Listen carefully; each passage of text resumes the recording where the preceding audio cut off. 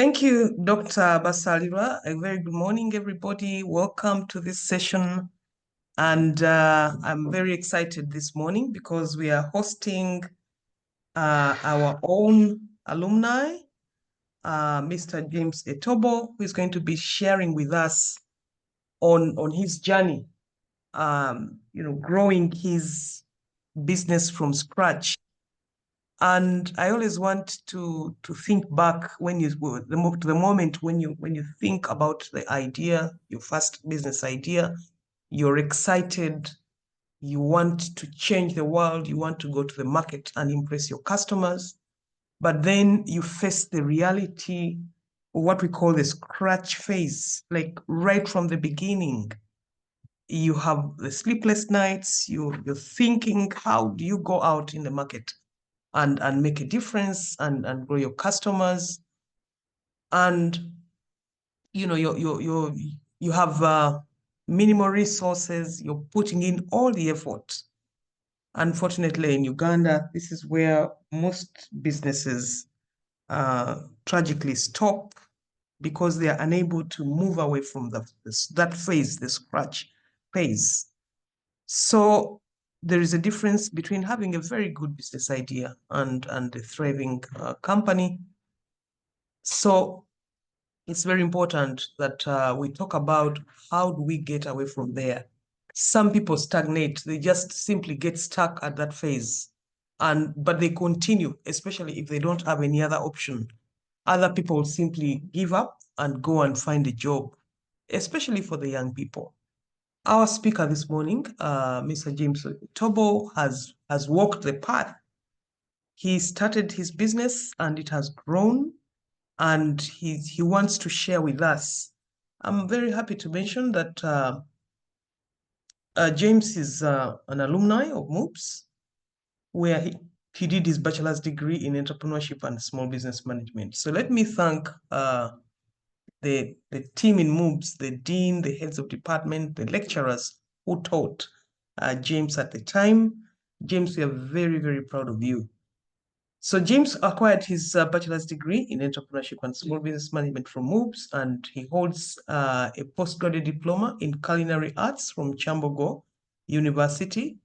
And he has also been now admitted to a master's in food business at the Culinary Institute in America to further strengthen his expertise in food entrepreneurship and business strategy. He's also currently enrolled at the African Management Institute Grow Lab program, sponsored by the Agidas Foundation, to further deepen his expertise in scaling businesses and driving sustainable growth. He previously served as an administrator at the Cooking School Uganda for 1.5 years, where he acquired skills in organizational management, operations, and client management. He is the founder and lead trainer at Classic Catering Uganda. He mentors, he coaches trainees in business startup and growth and culinary consulting. He equips them not only with culinary skills, but also entrepreneurial and management knowledge to succeed in today's competitive world. James, we are very, very proud of you. And this morning, we want to welcome you to make your presentation and share with us how have you been able to grow Classic Catering Uganda, and so that we can take away lessons from you. Thank you, and over to you, James.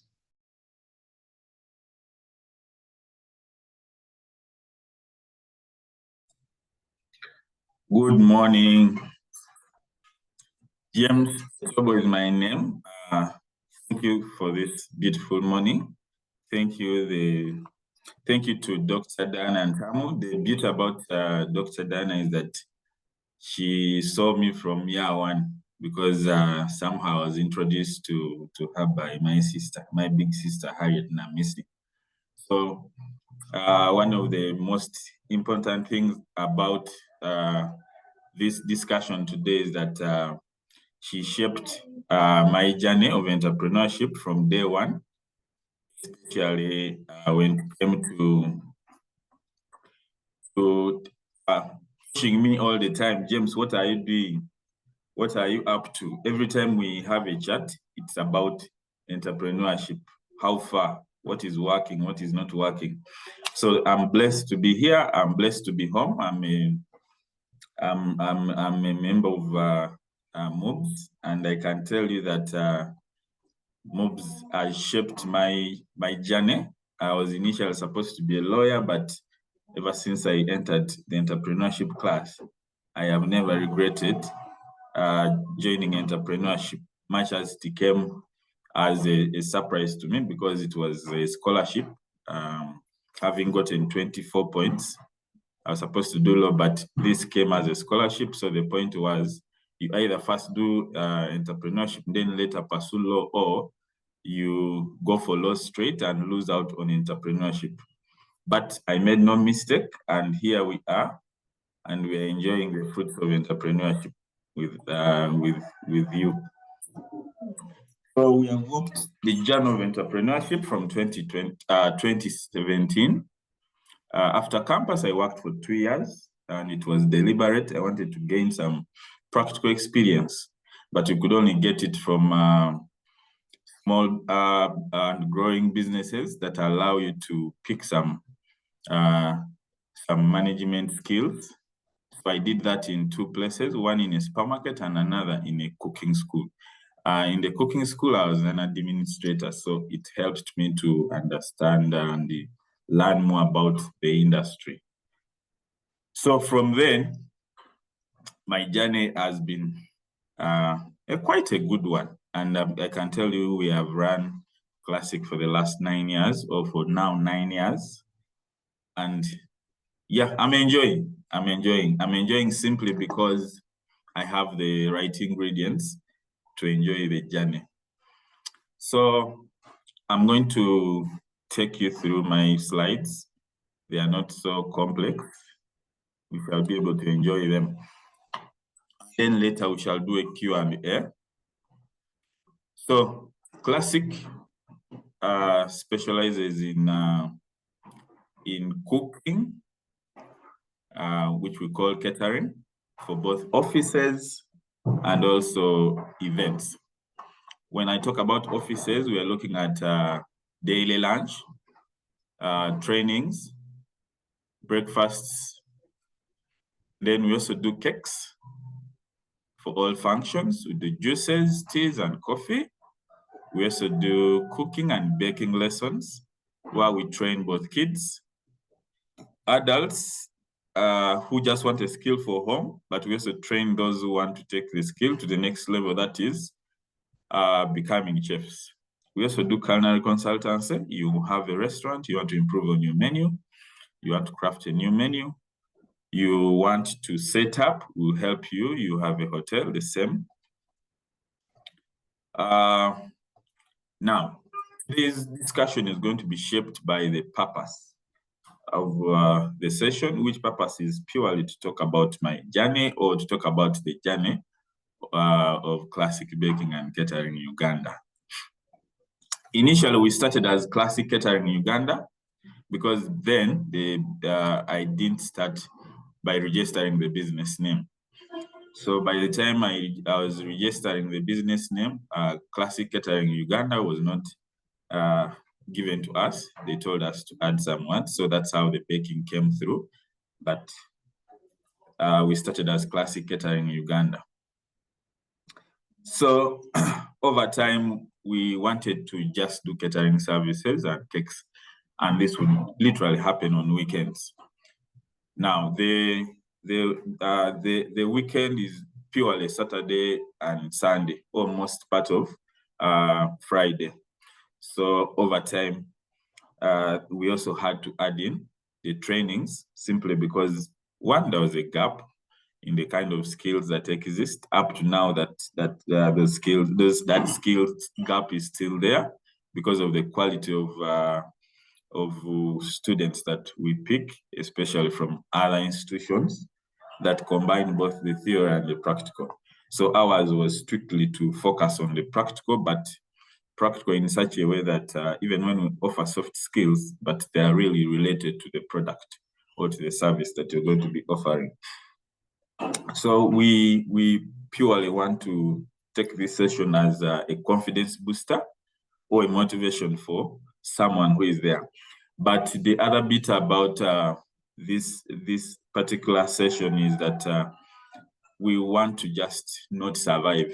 We want to grow businesses to the next level. When you're talking about scratch is one of the hardest moments of anything.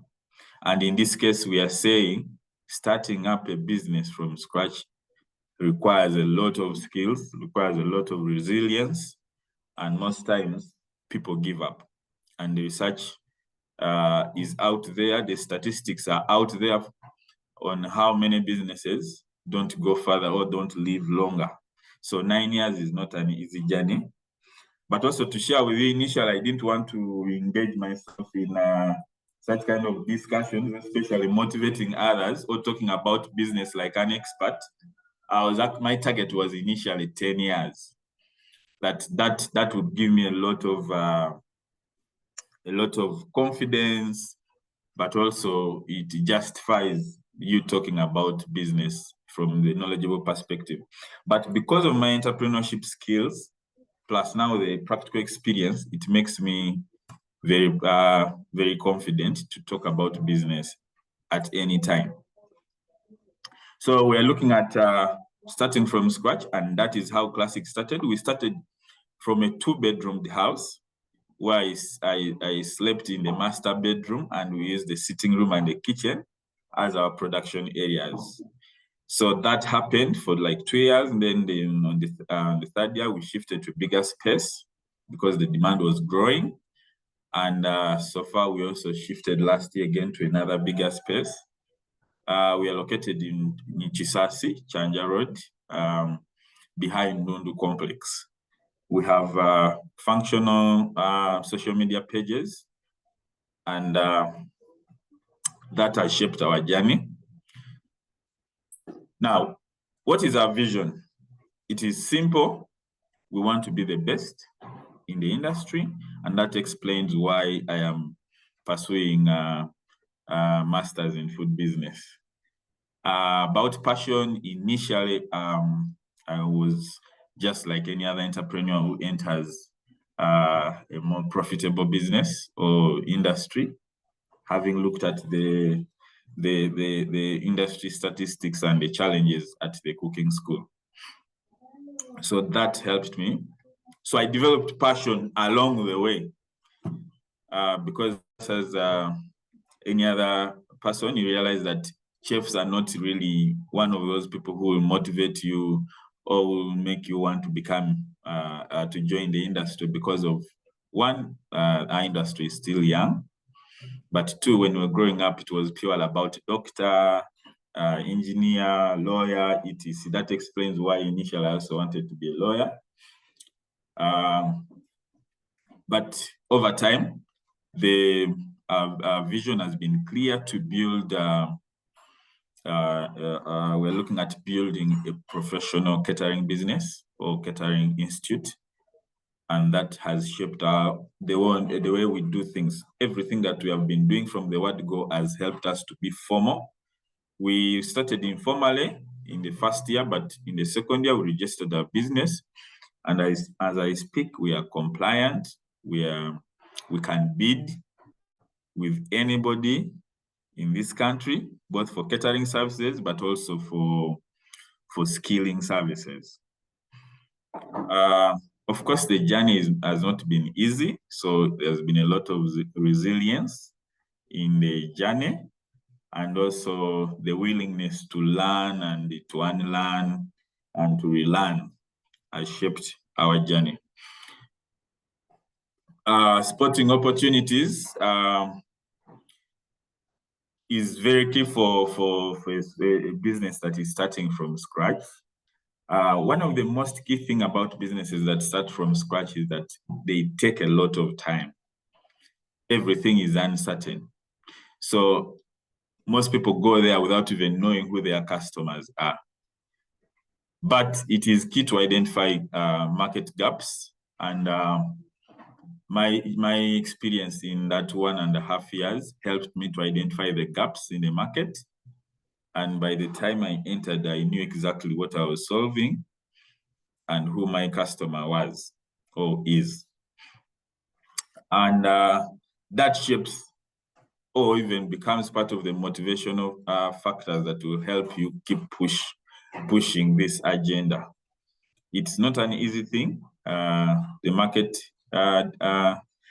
keeps changing, but the gaps remain the same. So in this case, when you come from the entrepreneurship point of view, you realize that you're supposed to be creative, you're supposed to be innovative, you're supposed to. So when you get all this into play, you realize that you are going to complicate most of these things. However, once we identified that we are joining the catering business, it was very clear of what services we're going to offer and who would help us get there. Maybe for starters, one, I started when I was not able to bake or cook, but I had the ideas from the management aspect.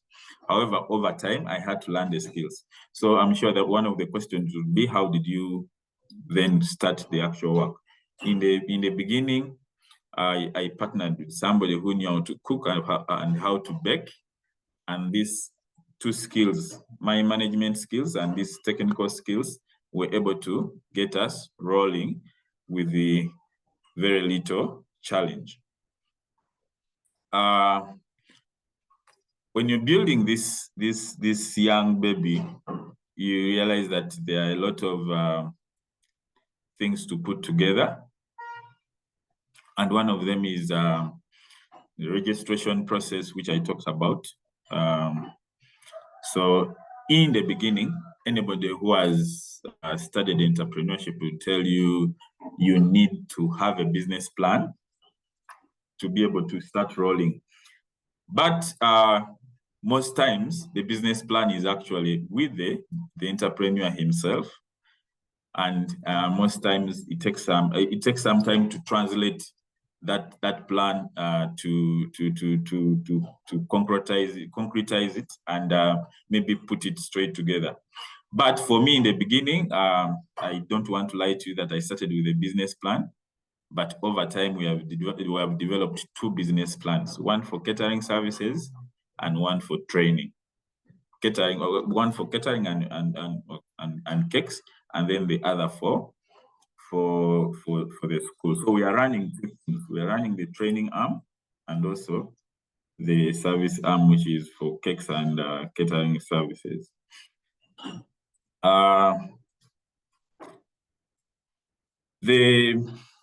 The most key element of startups is about financing.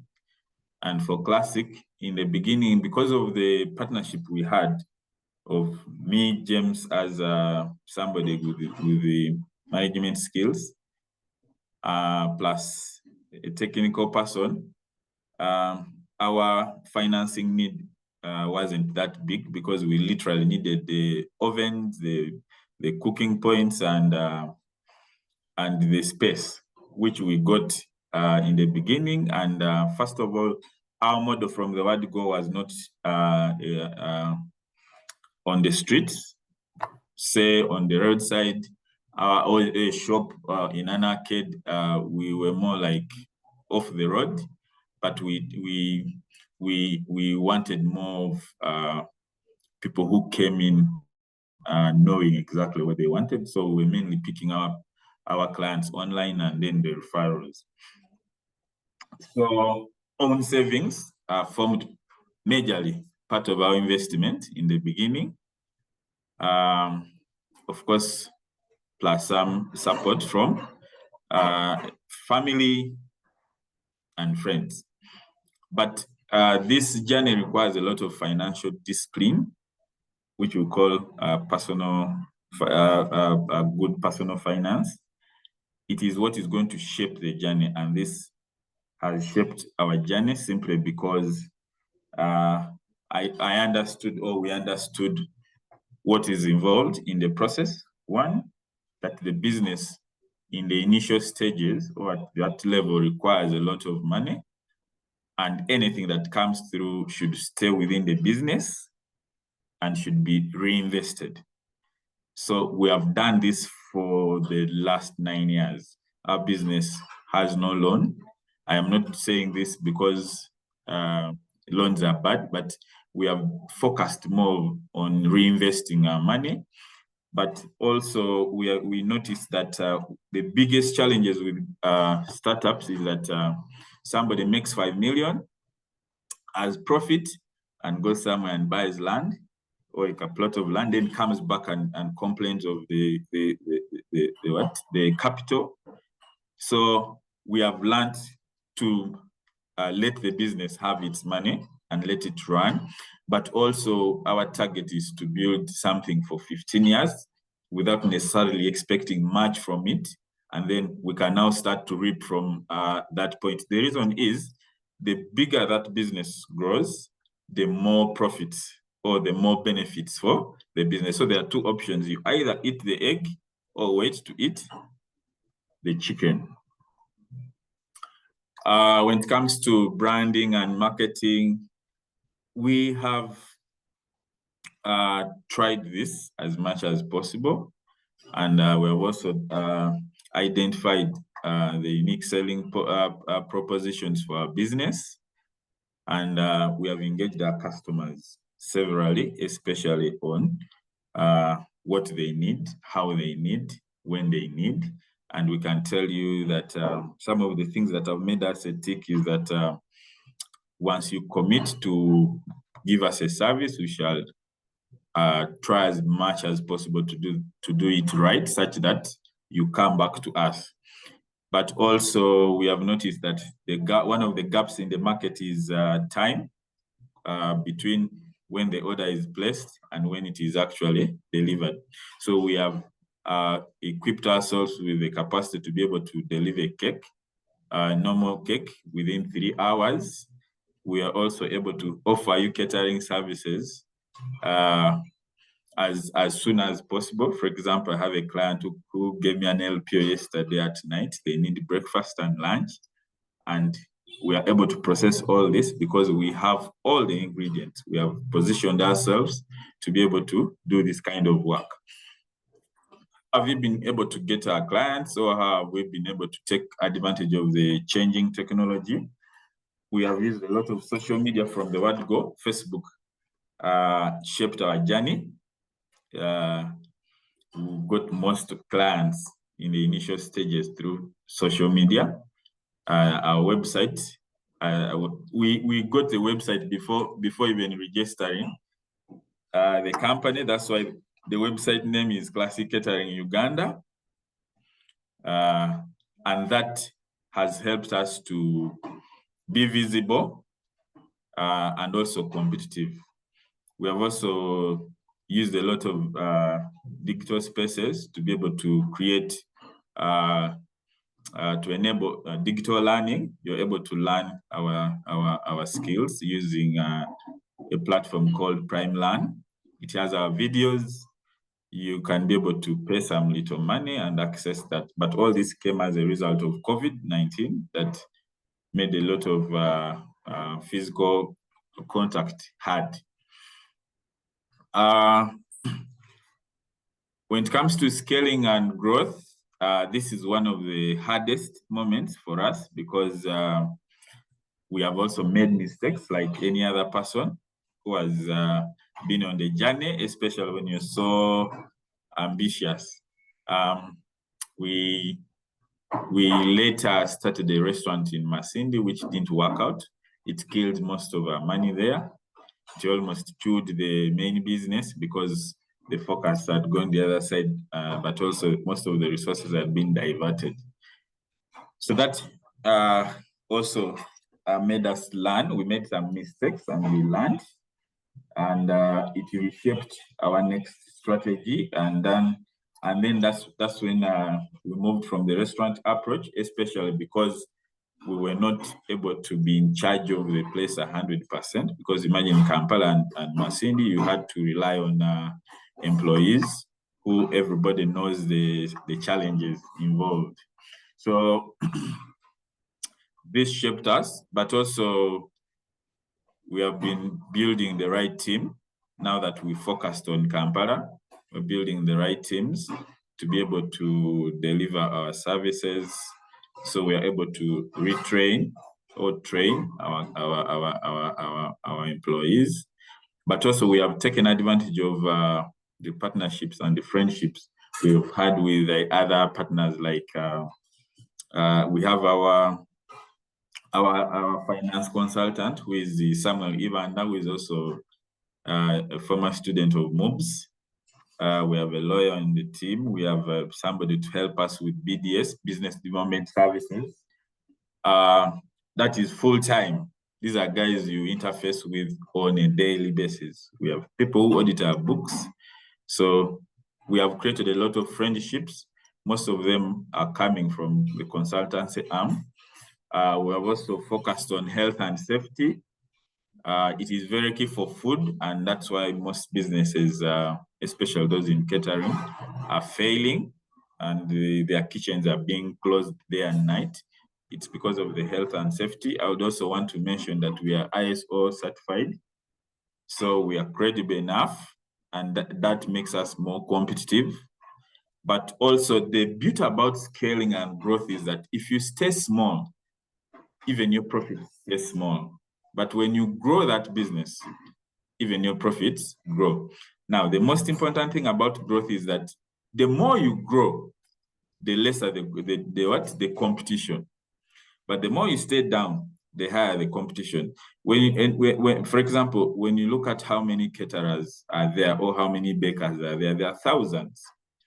But put conditions on these people to be able to deliver that service. For example, you must have the following paperwork. You will have cut almost 80 or 90% of those businesses. But also, I told you, when I into this business, I realized that most of it is informal. Most people are operating from home. Most people are not registered. So I said, as a student of entrepreneurship, this should be my starting point, because it's going to make me competitive. When we train, most people believe that we have trained competitors, but we are very sure that we are ahead of you because of experience, but also because of what unique things we are doing. I have just summarized that because I am sure the journey is not something I can talk about in 10 or 15 minutes. So I'm going to open up the space so that we can get into the real discussion. Thank you. Thank you very much, Mr. James Etobo, for your great presentation and finding time in your busy schedule to come and share with us on growing your business from scratch. Thank you for sharing the lessons that you picked as you are going through your entrepreneurial journey. And thank you for emphasizing the key aspects. I note how you started on purpose. You said when you started in your bachelor's in entrepreneurship, you were focused on that. And you were also on purpose to look out for a job for the first 2 years after graduation, where you worked in a supermarket and in a cooking school, and you picked skills in the cooking school. I think I can see that all you did was on purpose. You've taken us through the different services that you offer, the catering, cakes, juices, teas, coffee, cooking, and you told us how you started, how you identified the training gap, and the different aspects that you've taken us through. I don't want to waste any more time going through what you've covered, but I would like to appreciate you further and would like to open up the discussion so that people can interact more with you. We are proud to have you because you are our former student who went through entrepreneurship and small business management. So we feel proud when you come back and talk to us about what you've done. It has been a great journey, successful journey, and congratulations. I'd like to invite Mr. Bone Kagaba to take us through the Q&A session. Thank you.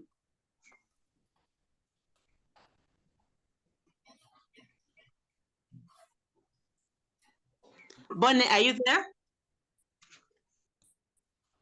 Yes, Dr. Edith, I'm here. Good Okay, morning, please. ladies. Yes, can you hear me, Doctor? Yes, we can hear you loud and clear. Okay.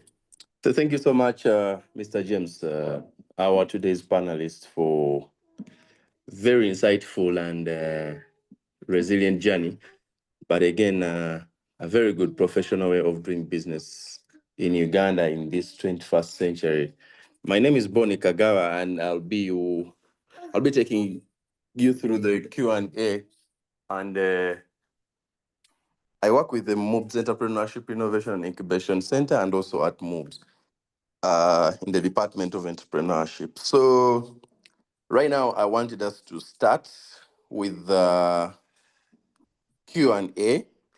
But before, there are some questions in the chat. Someone is asking, this is Habiba, do you train and at how much? Do you train and at how much? That's a question in the chat. And I think, Mr. James, let me first look for more questions, especially in the Q&A. There are no questions, but in the chats we can. So people are appreciating you for your insightful presentation. Ladies and gentlemen, I would also interest you to raise up your electronic hand and be able to have a discussion with Mr. James this morning. And maybe before, also me, I have a question, Mr. James. What has been the most challenging kind of step in your journey of 9 years from when you started up to now, and how have you been able to really tackle that most challenging kind of situation?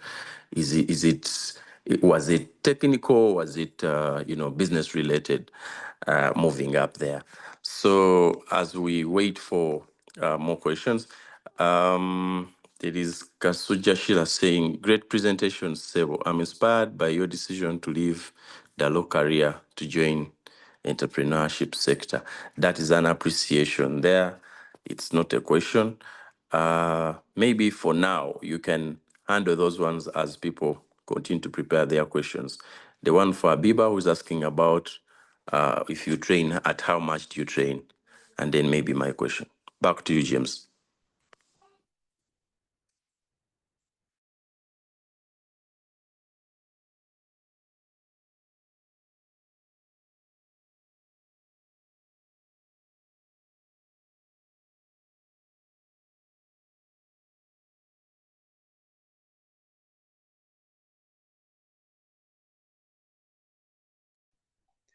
Looks like we've lost Mr. Etobo. I don't see him online now. I think Yes. we could have lost him. Yeah, I think he has dropped off. Yeah, but ladies and gentlemen, we can still ask the questions and also raise your hands in case you have something to say. But of course, maybe as he comes, business is something that is very lonely. And if you're doing it now in the 21st century, things like innovation, the way he has actually been sharing, being purposeful and running for the 15 years uninterrupted on the business revenue. Those are some of the things that can make you probably a resilient business person. So if you would ask questions, you need to ask actually questions from that perspective that can make you also maybe a better person. There is Lianet Contractor is asking, thanks for the presentation. It says in the Q&A, I'm interested in knowing how you ensure consistency in food quality and services across the different events. I'm interested in knowing how you ensure consistency in food quality and service across different events. Mr. James seems to still be off up to now, but still we can still raise maybe text questions in the chats, and maybe also just have a discussion. Maybe if there are some people that are on the call and probably they're in the same businesses, maybe they can raise their hands to share with us experiences of their journey as well in relation to what he has said. There's also And Ruth, thanks a lot. At what point does one begin paying taxes? At what point does one begin paying taxes? I think all these are questions going to Mr. James. And like we said, it's Bonnie, to be. Yes, Bonnie, doctor. excuse me. I just wish to inform you that he's reconnecting, so let the questions keep coming in. Okay. Yeah, thank you so much, Dr. Diana there for that update. Yeah, so there is, I think, another one in the, no, that was Q&A. And yeah, and you asked a good question. Thanks a lot. At what point does one begin paying taxes? Yes, this is also very, very important. You will tackle it. Yeah, and of course, different businesses pay different taxes.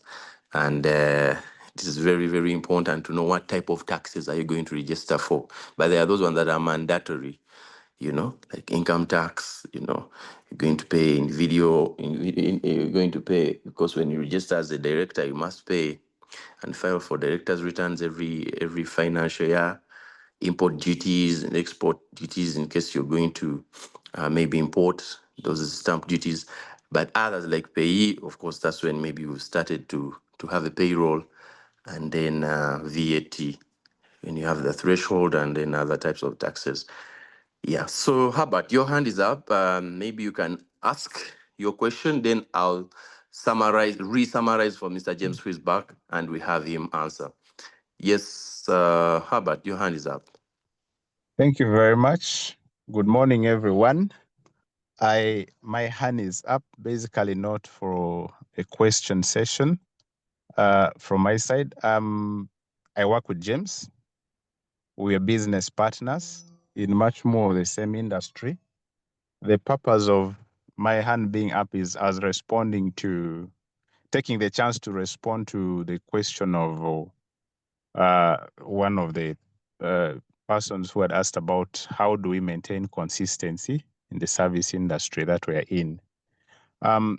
Briefly, to give a hint on that, we have a very, very good structure that had been set.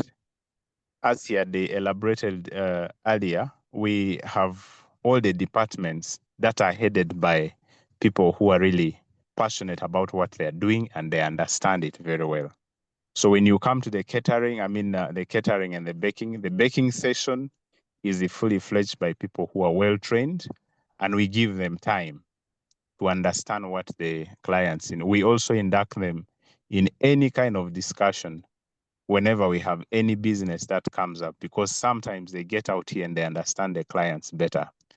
Above that, all the departments have expectations where we meet them. The service industry is basically about the timing of the expectation of the clients. So due to that, we are innovative. We always move with what is trending. We understand, and we keep up to delivering to client satisfaction. Most of our businesses are on referral due to really performing well, and we don't take that for granted. We keep up to the constant improvement in line with that. Thank you. That's what I can answer a bit. Okay, thank you so much, Herbert, there, for being a very good substitute there and being a dangerous substitute. Mr. James, you're back. Thank you so much. We had lost you a bit. Sorry for the technical problem there that maybe you got. But before we bring you, I wanted to give you an update of how people have been appreciating you. Very inspiring. Thank you. This was from Patricia Mwebaza Songa. But Habiba Nabisubi was the first person to ask a question. Do you train? And at how much? That is point number one. Another one was just an appreciation from Dr. Sheila Kasuja. She's saying, Madam Sheila Kasuja, great presentation, Sebo. I'm inspired by your decision to leave the law career to join entrepreneurship sector. And then another question, which is a question, this is from Anne Ruth. Thanks a lot. At what point does one begin paying taxes? At what point does one begin paying taxes? Then from the chat still, Patricia Mwebaza is asking, the role of a mentor stroke a coach supporting one journey in business, has he found this to be important? how often should one meet their business coach or mentors? And I think from the chat now, questions are coming, but I can also give you two. Then later you will have one, maybe just to reiterate and reemphasize what Herbert has talked about from the Q&A. And these two, one is, what are the current opportunities coming up in the market, and how do you plan on capitalizing in them? And for now, I would continue to give you more. URA is a killer to most businesses in Uganda. Assessments are done on the taxman's mood. Have your business, you have a business of 50 million, but the taxes are 15. How do you handle that? That is from Esther. So, Mr. James, we have you, and we want you to bite more from what I've given you, and we have it rolling. Thank you. Okay, thank you so much. Guys, sorry for that technical glitch. It was purely internet-based, but I'm back. So first of all, thank you for appreciating my energy and my journey. Now, straight to the point. Do we train? Yes, we do train. We train in cooking and baking. When it comes to baking, we teach you how to make cakes, cupcakes, cookies, mandazi, donuts, pizza, pies, croissants, etc. Now, when it comes to this kind of skills, especially with also cuisines, both local and international cuisine, that is different foods, both local and international. Now, when I train these students, I keep telling them that almost each of these products is a business, but you having more than knowing more than 20 of them is for your own good, because you reach in the market and a client wants local food and international foods. So if you only know local, you are disadvantaged. So when you learn these things, you're good to go. One of the reasons why we train is because most of the people who are in this industry are not trained. Woke up in the morning, I learned from so-and-so, woke up in the morning, YouTube, you're not grounded. There are things you're not going to be able to do. So we train at a cost, and that cost, if you went to our website, it is there. I'm going to encourage you to go to the website because of time. But we have those packages, both for coffee, juices, teas. We have them very much so. At what point does one begin to pay taxes? Depending on where you want your business to go, and also your sector. But the basic things are, you will start by paying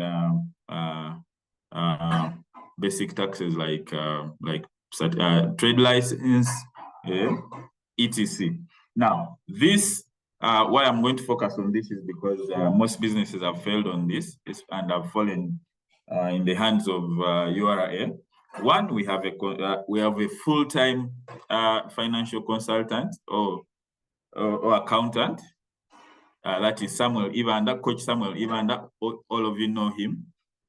He has helped us navigate this journey. I don't have to worry about how my taxes are going to appear, or when do we file, how much do we file, which tax do we go for. But what has been happening is that we have been paying taxes that have been helping us to grow strictly. And this normally happens, especially when we are bidding. You find that because of the requirements, we are forced to start paying some of these taxes. So it's not something that you'd want to just open up for any business. If you're operating informally, there are some taxes you should not go for. But if you're operating formally, there are taxes you can't avoid. But as a matter of fact, we have been able to navigate this entire process because of the kind of people we have associated ourselves with and who have guided us throughout the journey. Now, the role of a mentor, actually, once you start this journey, you realize that you can't survive in this ecosystem, especially if you're going to say, oh, this is my business, I'm going to run it, I am knowledgeable about it. Even me with my entrepreneurship skills, I have gone through a lot of coaching. I've gone through a lot of mentoring. I have a full-time mentor. He's called Davidson Mandira. I gave him a table in my office. He is able to sit there anytime. This gentleman was very generous. He offered me free services. Why? He believes in me. He has seen me walk the journey, and he says, James, you are among the fewest I've seen who have studied entrepreneurship and are practicing entrepreneurship and actually doing the right things. So he has been with us. He's still with us because we have the same purpose. So it is along there that now we start to ask, how do we benefit from each other's relationship? So we have crafted our engagements around there. I have also gone through a lot of coaching with the Stanbic Incubator, who have signed us with different coaches. I have done a lot of training with African Management Institute. I've also done financial literacy with NSSF High Innovator. Guys, this is the core of whether you move from this stage to the next stage. Most people are actually staying at a smaller stage because this is the most missing link there is the BDS, the business development services. Sometimes we focus on the cake, but cake alone is not enough to make you what?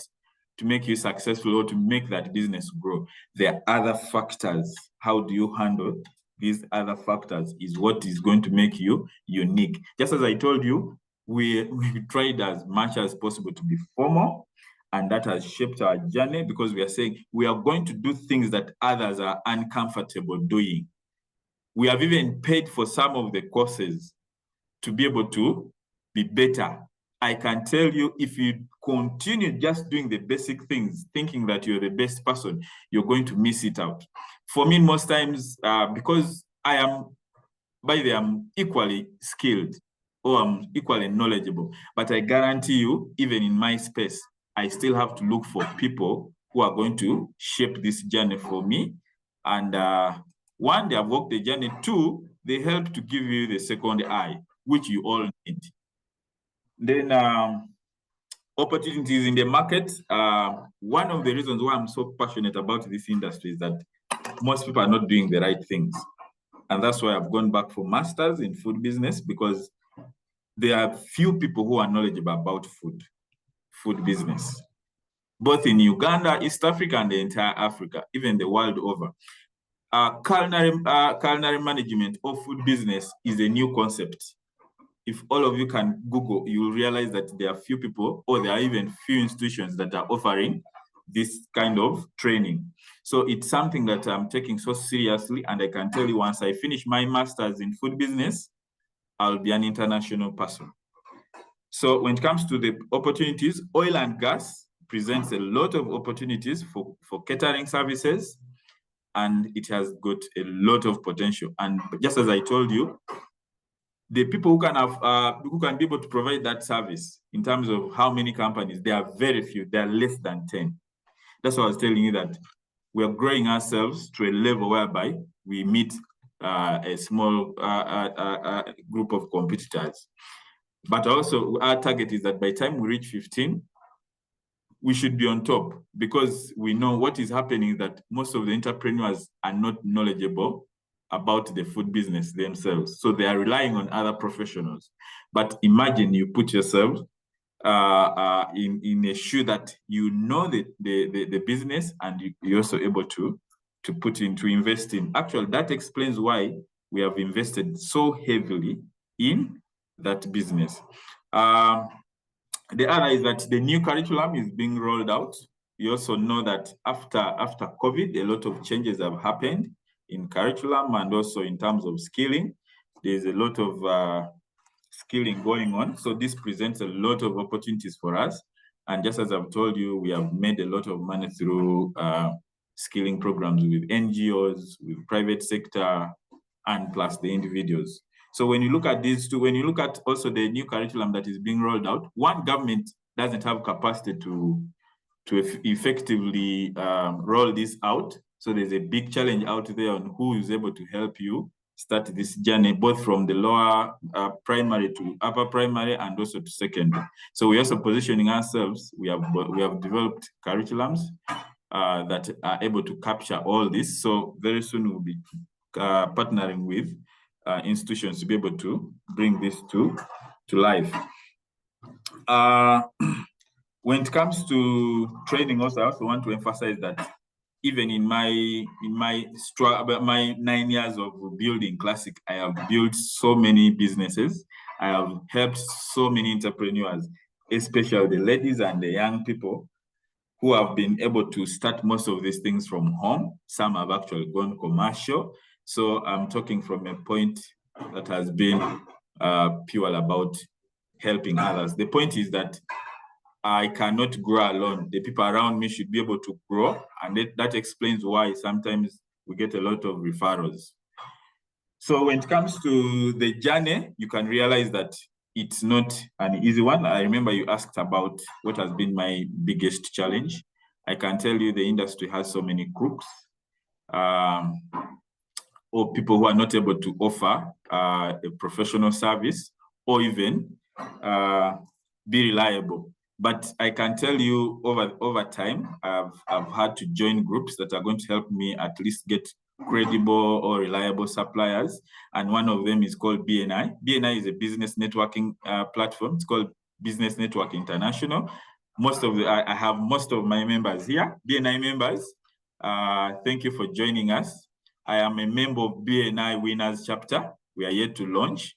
It puts together different professions, different services, from catering to lawyers, to business coaches, to electricians, to contractors, etc. So we talk about business every Tuesday. We meet every Tuesday, 6:30, to strictly talk about business. So this is also helping me. Don't have to worry with a mechanic, because we have a mechanic who is accountable at BNI. So if you put all these factors together, we're actually able to deliver a service that is credible and reliable. But also we noticed that the industry is struggling with the kitchen. Most kitchens, over 65% of the kitchens can't meet the regulatory requirements, especially when it comes to safety. So last year we got. Mr. James, if you could summarize. Yes. Yes, I'm just doing the last one. So last year we got a grant from NSSF High Innovator that was able to put our kitchen to a standard that competes nationally. And we are yet to launch that kitchen at the end of this month. And we have also invested heavily on the equipment and also the presentation. So these factors put together is enabling us to thrive. But above all, we are not excited yet, because we are building a brand that should be able to last longer than us. The kids should be able to come and take over this business. Thank you. Okay, thank you so much, Mr. James. Dr. Edith, I think we cannot bite anymore. We have stretched close to past 3 minutes after 8. James, you've done very well. I need to tell you that Herbert was also in position to come and support you when you were off. There's one of the questions that was asked in the Q&A, and he did very well. Dr. Edith, I want to give you back the microphone, and you roll the show to the end. Ladies and gentlemen, the entrepreneurs that have been on call, we want to thank you so much. Just make it a culture every Thursday to wake up to a new knowledge, to a new experience, and we really build sustainable businesses in the country. I want to thank you so much, and the team that I work with at the MUBS Entrepreneurship, Innovation and Incubation Centre. Dr. Diana, thank you so much for your able leadership and the team that is at the center. We appreciate you. Back to Dr. Edith. Until next time. Thank you. Thank you very much, Mr. Bonekagava, for managing Q&A. And thank you, Mr. James Etobo, for interacting further with our participants and also responding to their questions. Sorry for what happened in the network, but we appreciate you because you are able to get back to us. Ladies and gentlemen, we've gone beyond the top of the hour, Those questions which have not been handled, it will be handled like we always do. We'll get back to you and respond to them. At this stage, I would like to invite the Principal, Makerere University Business School, Professor Moses Muwezi, to make his closing remarks. Professor Muwezi, please. Thank you so much, Dr. Wasarirwa, and all the organizing team. I want to appreciate you, James, for your time and good presentation. And for me, I'm happy to know that our alumni are doing well in areas that we teach. And this justifies importance of business education and the need to have skilling as a dimension of our education. Members on call as the business school, we're embarking on skills-based education as per our government directive.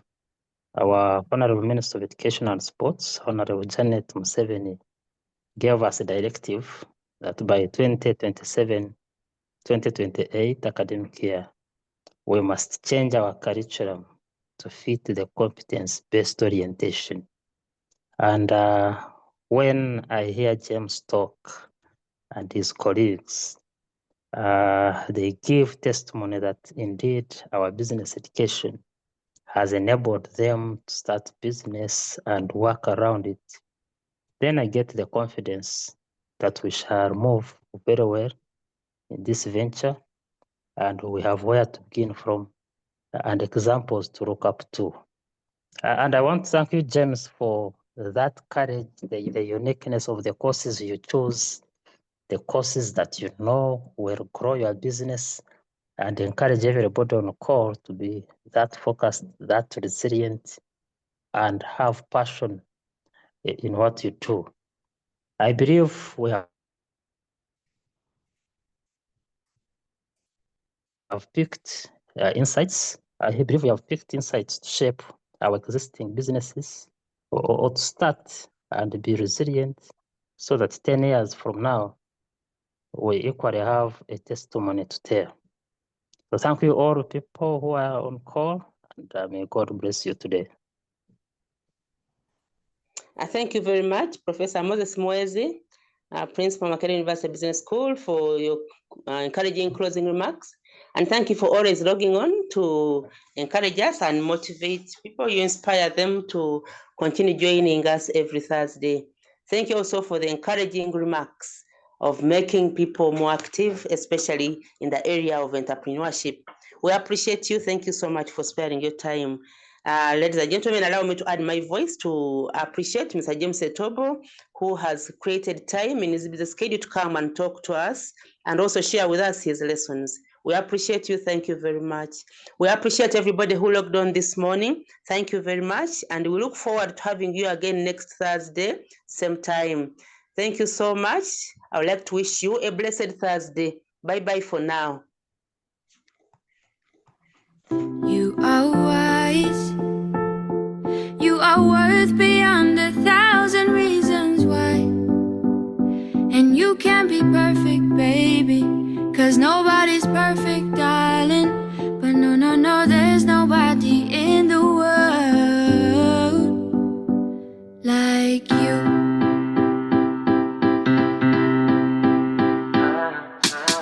What do you do when you can't let go? What do you say when you just don't know how you feel? And you know nobody knows how you feel, 'cause everybody's got their own damn problem. So everybody's trying to find their way, and day by day is a struggle. In this world, you know you have to hustle. Just know that you're not alone. You don't always have to be strong all by yourself. I said it's okay to ask for help. Now listen, people will find you, but they don't define you. And you will find people who help redesign you. People will find you, but they don't define you. And you will find people who help redesign you. You are a work of art. Bet you didn't think you'd come this far. Now here you are. Baby,